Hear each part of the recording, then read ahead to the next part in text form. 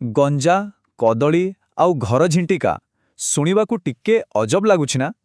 ଏ ତିନିଟା ଜିନିଷ ଭିତରେ ସମ୍ପର୍କ କ'ଣ ଥାଇପାରେ? ହୁଏତ ଲାଗୁଥିବ କିଛି ବି ନୁହେଁ, କିନ୍ତୁ ଜାଣିଲେ ଆଶ୍ଚର୍ଯ୍ୟ ହେବେ ଏହି ସାଧାରଣ ଶବ୍ଦ ଭିତରେ ହିଁ ଲୁଚି ରହିଛି ପିଲାମାନଙ୍କର ଅସାଧାରଣ ବୁଦ୍ଧିର ଏକ ବଡ଼ ରହସ୍ୟ। ତେବେ ଚାଲନ୍ତୁ ଗୋଟେ ସିଧା ପ୍ରଶ୍ନରୁ ଆରମ୍ଭ କରିବା। ବେଳେବେଳେ ଲାଗେନି କି ଛୋଟ ପିଲାମାନେ ବୟସ୍କ ଲୋକଙ୍କଠୁ ବି ଅଧିକ ବୁଦ୍ଧିମାନ? ଏଇଟା ଏମିତି ଗୋଟେ କଥା ଯାହା ଆମ ସମସ୍ତଙ୍କୁ କେବେ ନା କେବେ ଭାବିବାକୁ ବାଧ୍ୟ କରିଥାଏ। ଆଉ ଏଇ ପ୍ରଶ୍ନର ଉତ୍ତର ଆମକୁ କୋଉଠୁ ମିଳିବ ଜାଣିଛନ୍ତି? କୌଣସି ବଡ଼ ଗବେଷଣାରୁ ନୁହେଁ, ବରଂ ଭାରତର ପିଲାମାନଙ୍କ ପାଇଁ ଥିବା ଗୋଟିଏ ସାଧାରଣ ଇଂରେଜୀ ବହି ଭିତରୁ।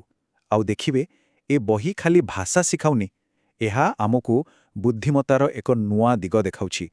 ଠିକ୍ ଅଛି, ତେବେ ଚାଲନ୍ତୁ ଆମର ଏହି ଯାତ୍ରାର ପ୍ରଥମ ପାଦ ରଖିବା। ଦେଖିବା ପିଲାମାନଙ୍କର ଏହି ଯେଉଁ ବୁଦ୍ଧି, ତାର ସ୍ୱରୂପ ପ୍ରକୃତରେ କ'ଣ? ଆମ କାହାଣୀର ଯେଉଁ ମୁଖ୍ୟ ଚରିତ୍ର, ସେ ହେଉଛି ଗୋଟିଏ ଗଞ୍ଜା। ଆଉ ସେ କେମିତିକା ଗଞ୍ଜା ଜାଣିଛନ୍ତି?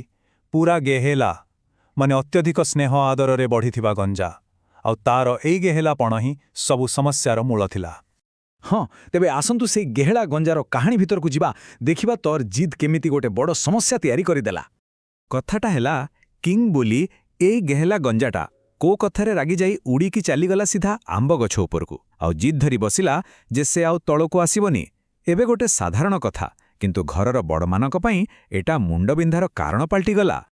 ଆଉ ତାପରେ ଆରମ୍ଭ ହେଲା ବଡ଼ମାନଙ୍କର ଚେଷ୍ଟା, ଯେମିତି ସାଧାରଣତଃ ହୁଏ। ଆଉ କ'ଣ, ମା ଆଣିଲେ ଭାତ, ବାପା ଆଣିଲେ ଗହମ, ଏପରିକି ଜେଜେବାପା ବି ପାଉଁରୁଟି ନେଇ ପହଞ୍ଚିଗଲେ।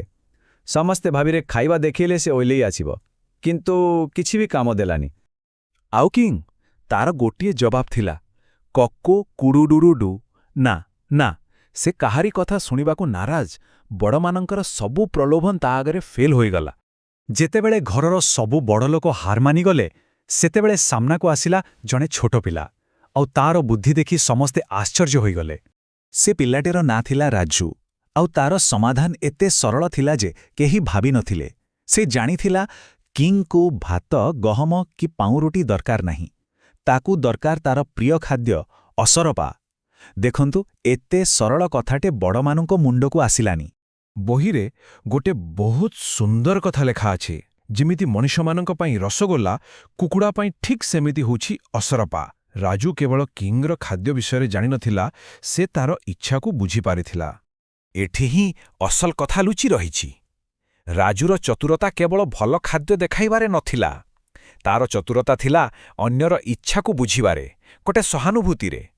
ଆଉ ଏଇ ଗୁଣ ହିଁ ତାକୁ ବଡ଼ମାନଙ୍କଠାରୁ ସମ୍ପୂର୍ଣ୍ଣ ଅଲଗା କରି ଦେଇଥିଲା। ତେବେ ଏଇଟା ତ ଗଲା ରାଜୁର ସହାନୁଭୂତିର କଥା, କିନ୍ତୁ ପିଲାମାନଙ୍କର ବୁଦ୍ଧି କ'ଣ ଖାଲି ଏତିକିରେ ସୀମିତ? ଆଦୌ ନୁହେଁ। ଏବେ ଚାଲନ୍ତୁ ଏହାର ଆଉ ଗୋଟେ ମଜାଦାର ଦିଗ ଦେଖିବା, ଯାହା ତର୍କ ସହିତ ଜଡ଼ିତ। ଏଇ ବହିରେ ଆହୁରି କିଛି ମଜାଦାର ଉଦାହରଣ ଅଛି, ଯେମିତି ପିଣ୍ଟୁ ଆଉ ତାର କଦଳୀ ମଞ୍ଜିର କଥା।